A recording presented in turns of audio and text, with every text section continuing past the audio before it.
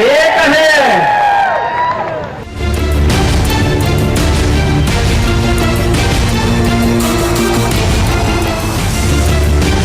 ताबड़तोड़ रैली, आक्रामक भाषण और एक नारा, एक है तो सेफ है और बटे थे तो कटे थे, हमें बचना नहीं है, एकजुट होना है।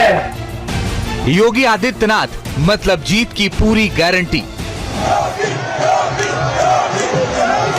इस ऐतिहासिक विजय के लिए इसका श्रेय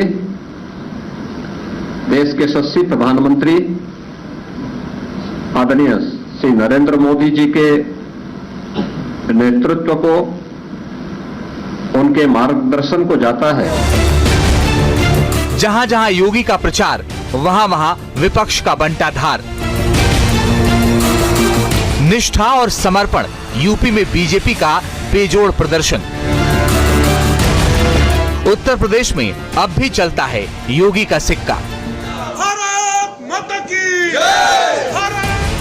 जी हां, अगर किसी को गलतफहमी है कि यूपी में कौन, तो अब वो मौन हो जाएं, क्योंकि यूपी विधानसभा की 9 में से 7 सीटों पर एनडीए ने कब्जा जमा लिया है। और ये सब हुआ सीएम योगी की बदौलत, जिन्होंने अपनी आक्रामक रणनीति के दम पर विरोधियों को चारों खाने चित्त कर दिया। जनता जनार्दन ने स्पष्ट कर दिया है कि समाजवादी पार्टी और इंडी गठबंधन का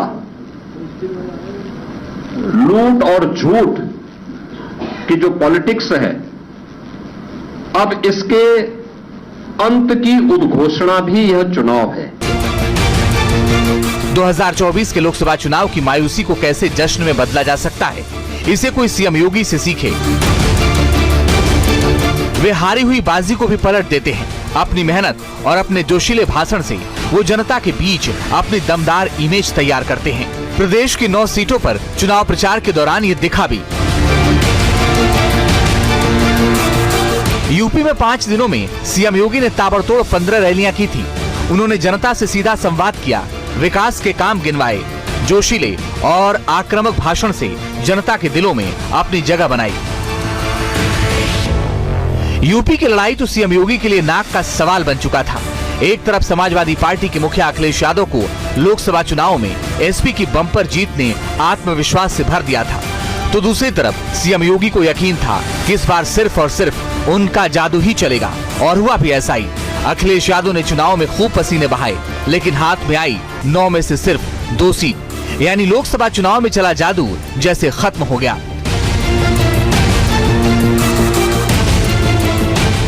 मुरादाबाद के कुंदरकी विधानसभा में सीएम योगी के करिश्मे ने 31 साल का इंतजार खत्म कर दिया।